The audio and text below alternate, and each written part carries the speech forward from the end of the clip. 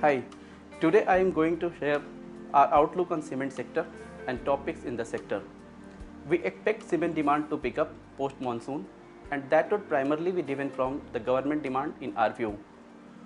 Till the monsoon, there could be some pressure in the interim because of water scarcity issues in many parts of the country, and also recently we are hearing that heat waves across the country have impacted construction activities.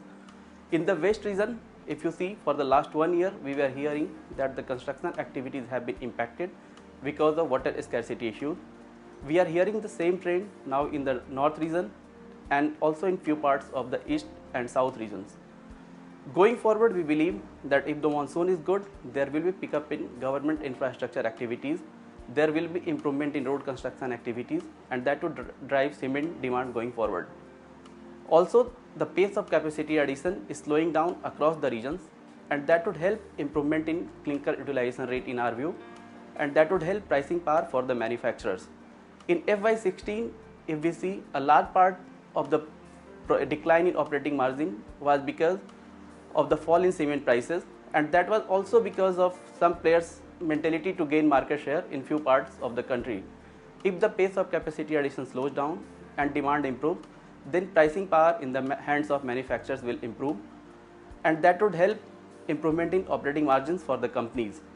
In the large cap space, our top pick is Shree Cement, Ultratech and Grasim Industries. We believe that Shree Cement will be a key beneficiary of capacity expansion over the next 2-3 years.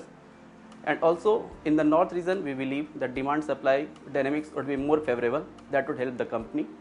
Ultratech will be a key beneficiary of its pan-India presence, and also the capacities which has been commissioned over the last 1 year would help volume growth for the company.